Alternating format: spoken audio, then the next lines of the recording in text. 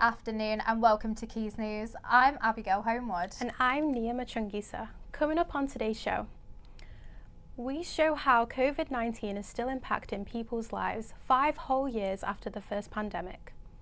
Manchester United have announced the building of a new stadium estimated to cost £2 billion.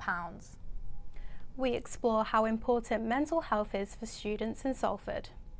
And Greater Manchester NHS have launched their This Can Ovian Roadshow.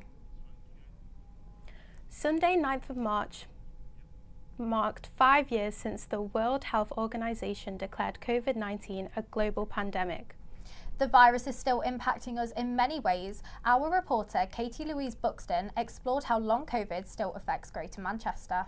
The coronavirus is the biggest threat this country has faced for decades, and this country is not alone. 5 years on, COVID is still affecting many people. I spoke to a local pharmacist to find out more. I think there's still sort of remnants of it. Obviously a lot of people, they've had the infections when it initially sort of hit, and they've sort of had issues ongoing for a few years now, especially like lung issues, breathing issues. Long COVID, as you all know. Long COVID is still affecting many people, including Salford University lecturer Kate Fell. It's really changed my identity and the way I think about myself, because before I got ill I was always very capable physically, as well as intellectually, but the illness came with also a lot of cognitive problems. I had a lot of brain fog and neural processing problems, so I wasn't really able to read for a while or things like that. So yeah, it really affected my whole life experience, and I've had to come to terms with a change in my identity. I'm now a disabled person. In 2021, Salford patients became the first to use a groundbreaking app for long COVID to track their symptoms, including brain fog, fatigue and breathlessness.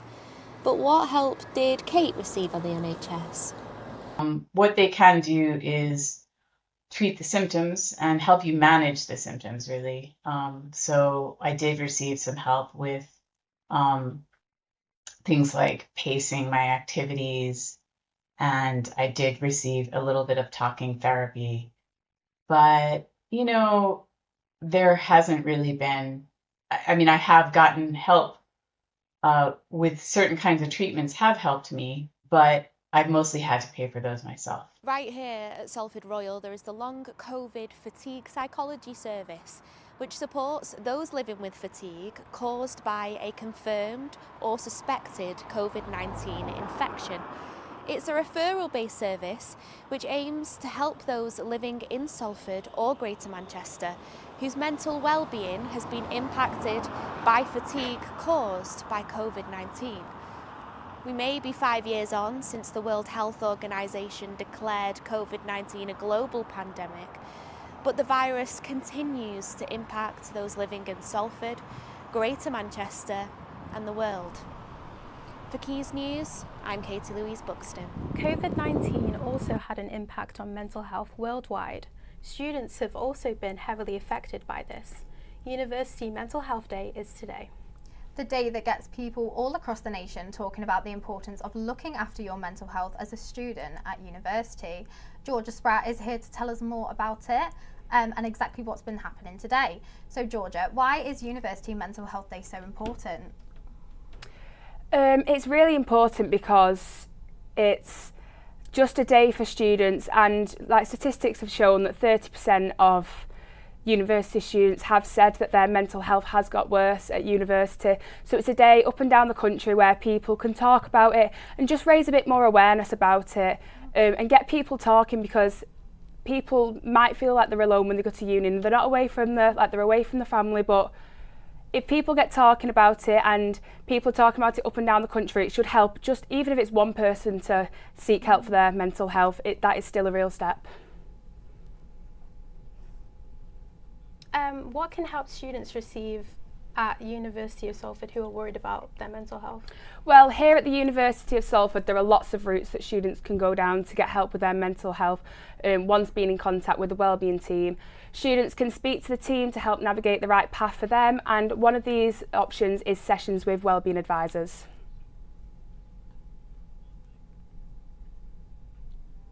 When it comes to University Mental Health Day, I think that it's important to highlight just how difficult it can be to be a student these days. And, mental health and mental health challenges are just so prominent for anyone. But I think once you're a student as well and dealing with so many external factors alongside being a student, it can be a really challenging time with a lot of pressure and a lot of stress.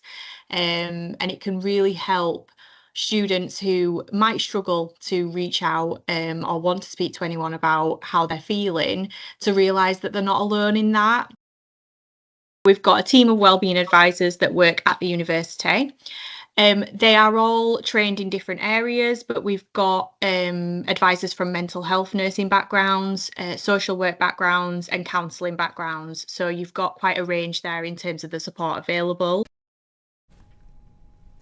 Is this help from the university just available during term time, or can students access it all year round? So students can actually contact the university for help in the wellbeing team all year round, not just during university hours. Whether this is during the holidays or if you're a student just taking an international break or just break from studies, help is still available. There are always people around, even through that Christmas break. So there's always somewhere and someone that they can go to. With that in mind, it's not just like security, for example, or staff that are still around on campus. We do also have a 24/7 counselling helpline. So this is another service that we work with called Care First, and students can call them at any time. So if it's the end of the day and no one is available at the university, there are other options there about students can ring someone and get that help. Thanks for that, Georgia. If you're a student struggling with your mental health, you can get in contact with the University of Salford's wellbeing team. Manchester United have announced the building of a new stadium set to cost £2 billion. The new build is expected to be the biggest stadium in the UK. The announcement has created division amongst fans after months of financial difficulty for the club. Our reporter Charlotte Martin has more. A new home for United. A new place. The new stadium will be the biggest in the UK with 100,000 seats and will cost £2 billion. It will be built next to the current Old Trafford and will also include a regeneration of the surrounding area. Fans are split due to the financial issues the club has had in the past. I spoke to fans to find out more. If we renovate the old one, we'll end up 5 years' time having to rebuild it anyway, because people get fed up and say, oh, why don't we have a new one? So we should have a new one from the start. Hardip told me what he thought the stadium could bring to the city. It'll be good for Manchester, it'll be good for Britain, it'll be good for Europe.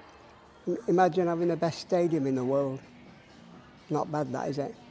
I'm James and I support Manchester United. James Dixon, a Manchester United blogger, told me his thoughts. Loads of memories of going to Old Trafford as a kid. First went there about 6 years old. So for the last, 31 years of my life, it's been a pretty big part. I think it was always coming. The stadium's kind of been left to rot over the past 20 years or so. So tough news to take. It's going to be very different. Asked James about the controversy the club has faced recently due to financial issues.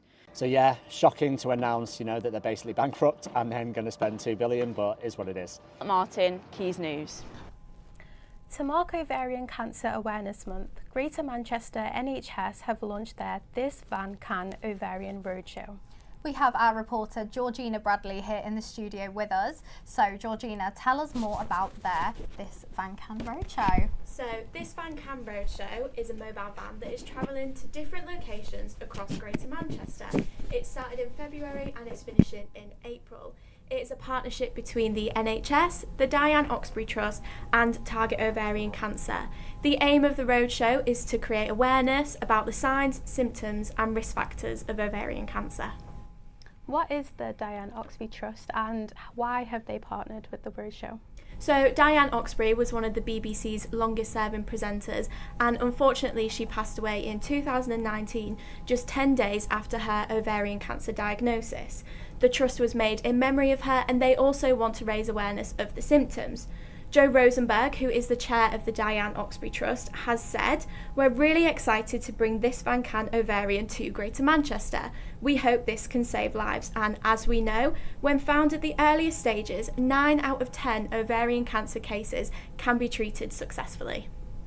Where can we find this Van Can? So unfortunately it has already been here to Media City, but don't worry because it's coming to Trafford on the 31st of March and it's coming to Salford's Tesco in Pendleton on the 1st of April. The roadshow will finish on the 5th of April in Wythenshawe, but you can find all their locations and more information on their website. Thanks for that, Georgina. Now for entertainment, Danny Dyer's new film Marching Powder was released this week. The film follows a man struggling to keep his marriage due to a life plagued with addiction and violence. For many men, this is an unfortunate reality. With more on this, we have Lily Holt. Fighting at football. Possession of cocaine. At your age. Don't you feel the slightest bit embarrassed? Dreadfully embarrassed, mate. Your freedom rests in your ability to pull yourself together over the next 6 weeks. Dano, lager. Jackie boy? No, just have a pear juice. I f***ed it. My wife's going to leave me. I've turned my son into a lunatic. And my father-in-law's going to kill me. What am I going to do while you're out? What you normally do. You can play FIFA. Danny Dyer's grim and gritty new film Marching Powder has hit cinemas this week. The film follows Jack Jones, a middle-aged father whose life revolves around going to the football, fighting and doing drugs.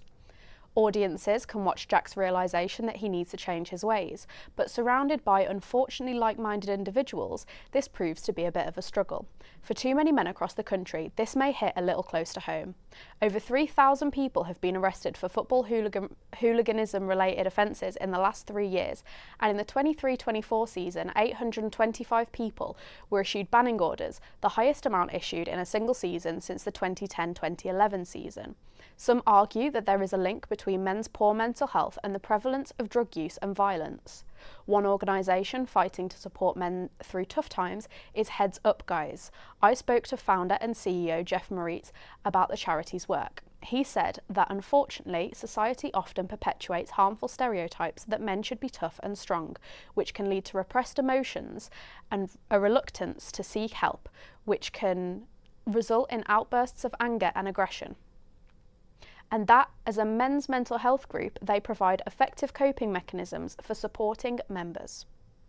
Heads Up Guys suggests that people should use listening techniques such as reflective listening and asking open-ended questions to support those who may be struggling with their mental health. For more on how to support someone struggling with their mental well-being, you can visit the Heads Up Guys Salford Facebook page. Thanks for that, Lily. Now, the Hive Wellbeing Hub in Salford is more than just a community space. It's a dedicated place to support wellbeing, creativity and local volunteering. They are a non-governmental organisation who provide volunteering roles, free courses, cakes and coffees. But how exactly is making a difference in people's lives? Well, Abby Jones went out to find out more.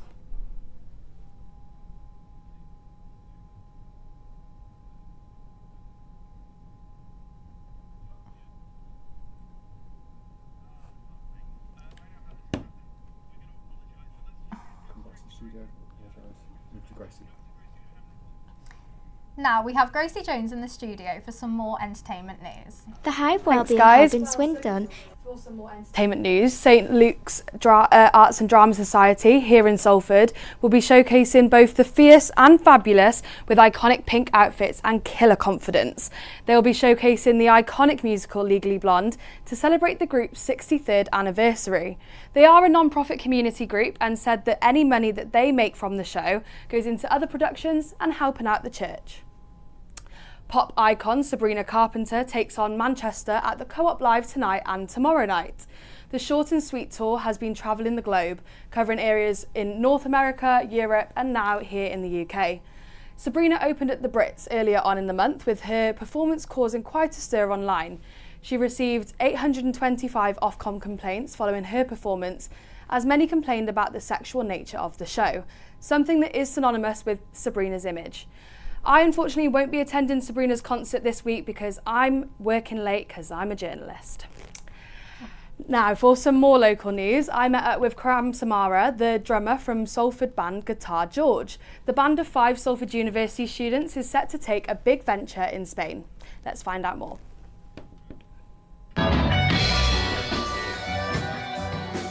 So I pitched the idea to the rest of the band that we move out to Malaga, which is on the south coast of Spain, in this upcoming summer, and just gig up and down the coast for a month and just see how it goes.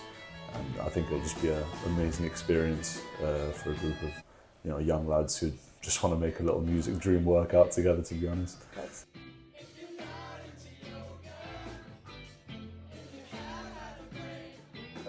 Down that side of Spain, the live music scene is very much covers and that sort of thing. It's tribute artists, so Frank Sinatra's tribute, that's huge, a Sammy Davis Jr. guy, an Elvis guy, Prince guy.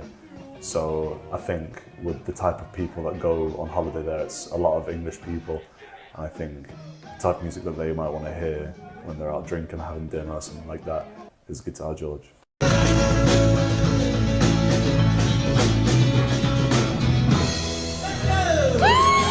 That, Gracie, and that's all from us today. Join us next week for our radio show. In the meantime, you can keep updated with us over on our socials at Quays News on TikTok and Instagram. But bye for now. Bye.